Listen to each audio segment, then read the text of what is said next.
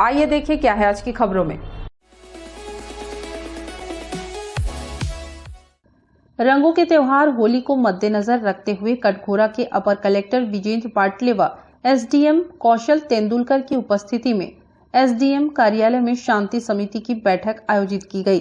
अपर collector ने कहा कि होली रंगों का त्योहार है, इसे ध्यान में रखते हुए होली खेले। उन्होंने होलिका दहन रात्रि 10 बजे तक करने की अपील की।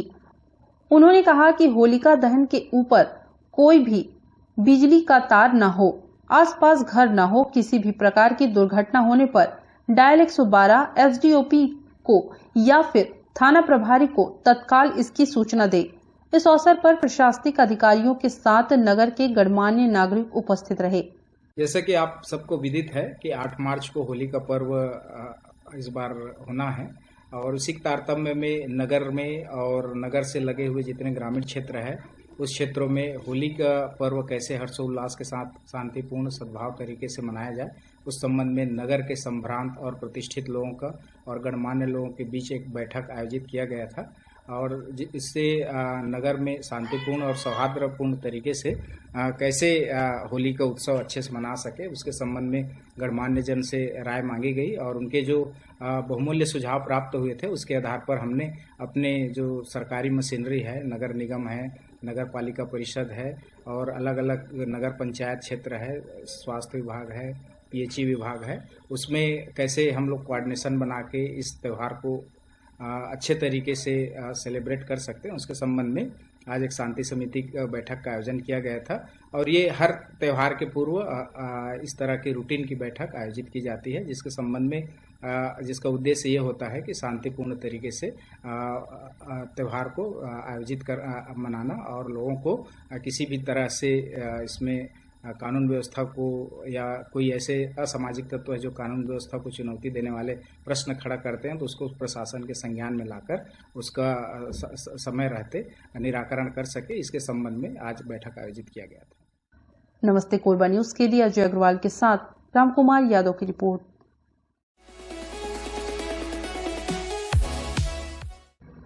कोरबा नगर निगम के पूर्व महापौर रेणु अग्रवाल के जन्मदिन के अवसर पर कांग्रेस परिवार का मिलन समारोह सर्वेश्वर मंदिर में आयोजित हुआ, जिसमें बड़ी संख्या में कांग्रेस परिवार के सदस्य शामिल हुए।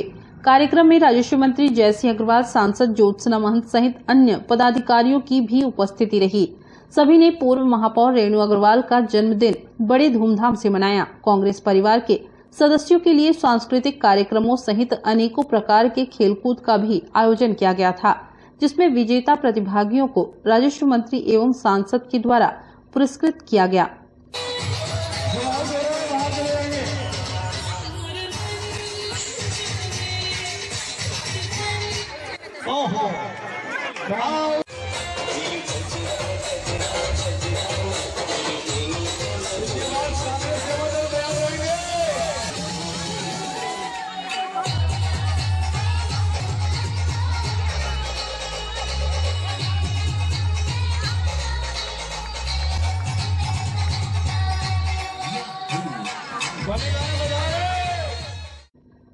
नमस्ते कोरबा न्यूज के लिए अजय अग्रवाल की रिपोर्ट।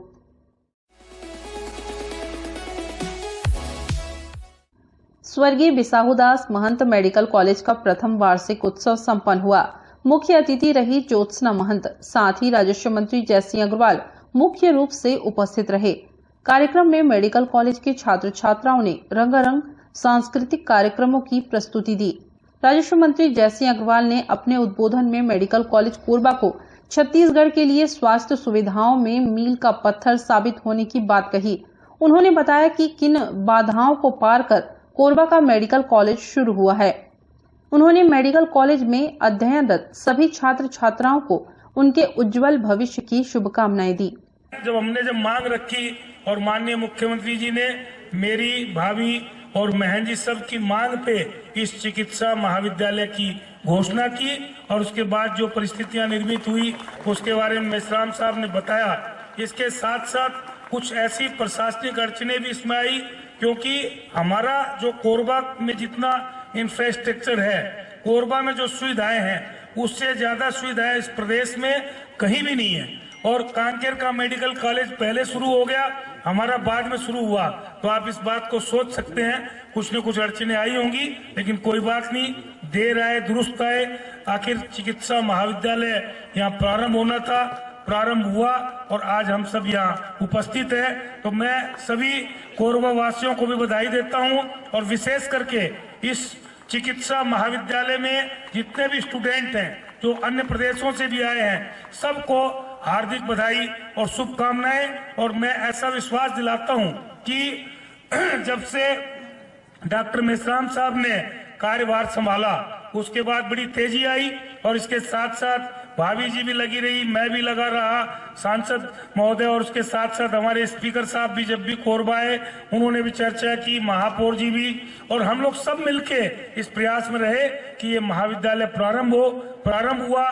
कुछ कुछ अड़चने आती हैं, कोई भी चीज, किसी भी शहर का विकास हो, चाहे पूरे प्रदेश का विकास हो, चाहे देश का विकास हो, बहुत सी अड़चनों को पार करके ही आगे बढ़ा जा सकता है और उन अड़चनों को दूर करना हमारा कर्तव्य है।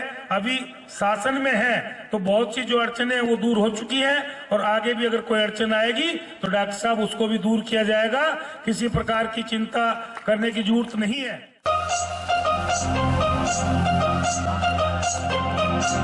आजा न गोरी अब ध्याने तरसा,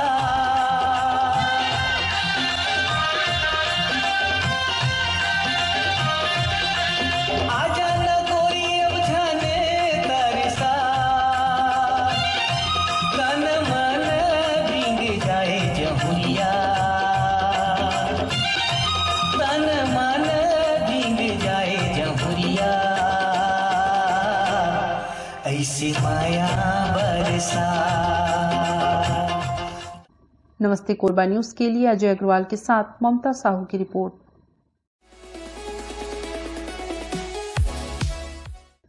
राताखार नहर किनारे से दर्री जाने के लिए बाईपास मार्ग बनाया गया है, जिसमें हाई टेंशन केबल को देखते हुए 14 फीट का नगर निगम द्वारा प्रवेश द्वार बनाया गया, जिससे कि इस मार्ग पर चलने वाले वाहन हाई टेंशन केबल के संपर्क में न आ सके और ओवरलोड वाहन इस मार्ग पर प्रतिबंधित रहे।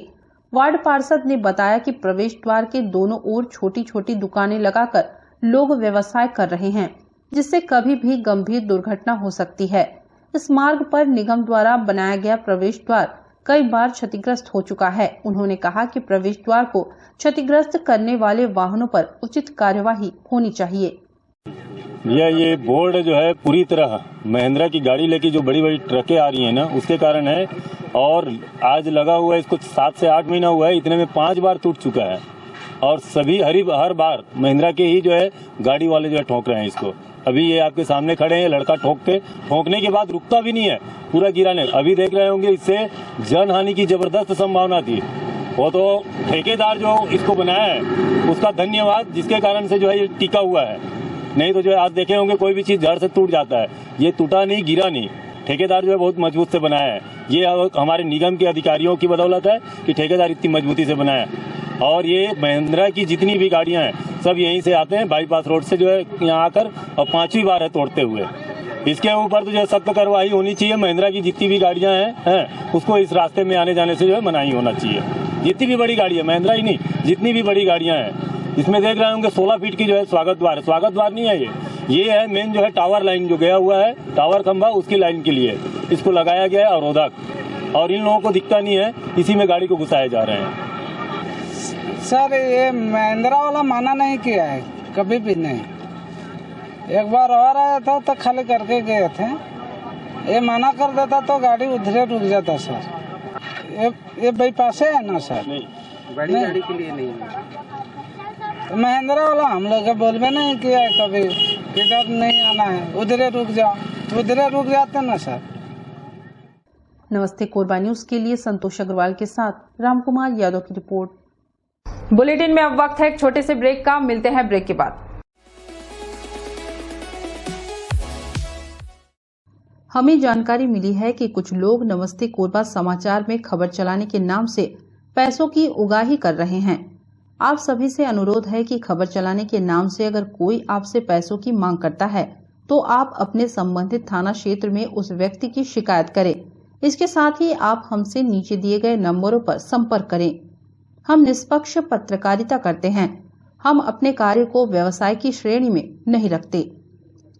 संपर्क करें 7000314479 9827107490।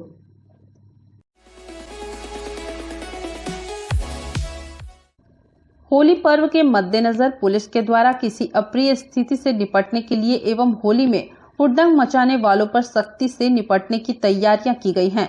इसी के मद्देनजर देर शाम घंटाघर परिसर के सामने गाड़ियों की सघन तलाशी की गई एवं दोपहिया वाहन में 3 सवारी और मॉडिफाइड बुलेट पर चालानी कार्रवाई की गई। पुलिस द्वारा किए गए कार्रवाई से युवकों में अफरा तफरी का माहौल भी देखा गया। अभी होली के पूर्व थोड़ा सभी थाना और जो प्रमुख जो चौक चौराहे है वहाँ पे जो 3 सवारी में जो वाहन चला रहे हैं, खासकर दोपहिया वाहन में और ओवर स्पीडिंग में जो बाइक राइडर जो गाड़ी चलाते हैं, वो सभी पे कार्रवाई की जा रही। बहुत सारी गाड़ी को जब्ती भी की गई है। इसके साथ साथ जो शराब पी के जो वाहन चला रहे हैं और उन पे भी 185 के तहत कार्रवाई की जा रही। आने वाले दिनों में लगातार कार्रवाई जारी रहेगी। नमस्ते कोरबा न्यूज के लिए अजय अग्रवाल के साथ आलोक यादव की रिपोर्ट।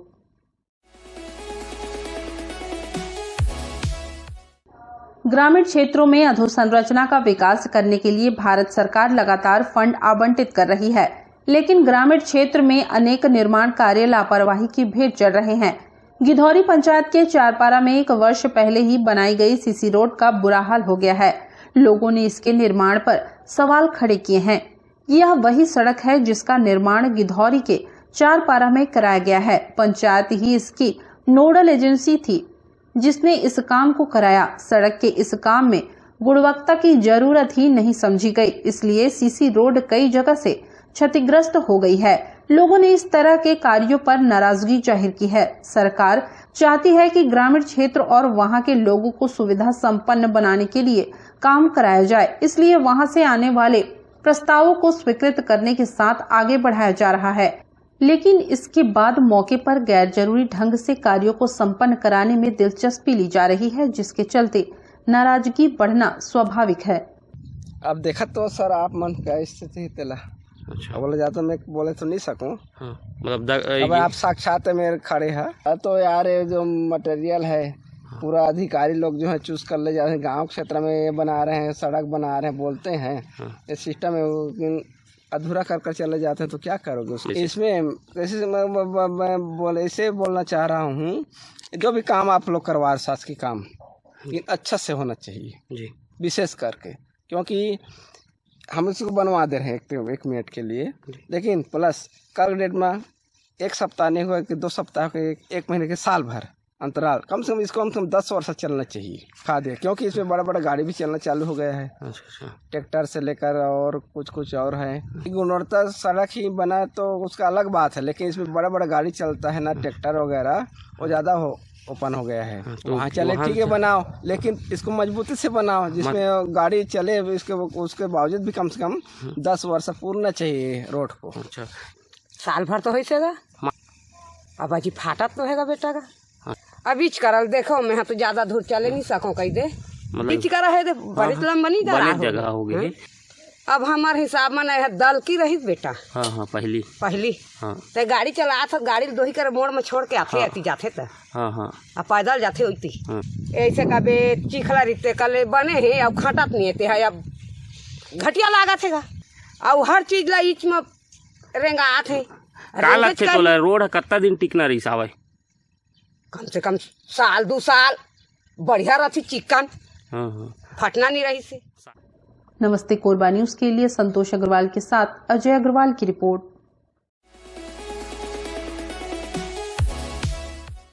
छत्तीसगढ़ प्रदेश महिला आंगनबाड़ी कार्यकर्ता सहायिका संघ द्वारा राजधानी में महा हड़ताल का आयोजन किया गया, जिसमें पूरे छत्तीसगढ़ की महिला कार्यकर्ता व सहायिका बहनें अपनी मांग को लेकर हड़ताल करती नजर आई। यूनियन के पदाधिकारियों द्वारा भूपेश बघेल को चेतावनी दी गई है कि आने वाले समय में यदि उनकी मांगे पूरी नहीं होती हैं तो उनके द्वारा उग्र आंदोलन किया जाएगा। समस्त बहनों का कहना है कि जब तक उनकी मांगे पूरी नहीं होती तब तक यह हड़ताल जारी रहेगा। उनकी मांगों में मुख्य शर्तें ये हैं कि सबको शासकीय कर्मचारी घोषित करें, नियमितीकरण करें, कलेक्टर दर पर उन्हें वेतन दिया जाए और रिटायर उपरांत उन्हें 5,000 मासिक पेंशन दिया जाए।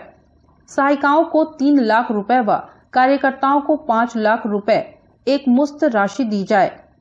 इन प्रमुख मांगों को लेकर हड़ताल तब तक जारी रहेगी जब तक इनकी समस्त मांगे पूरी न हो जाएं। नमस्ते कोरबा न्यूज के लिए अजय अग्रवाल के साथ संतोष अग्रवाल की रिपोर्ट।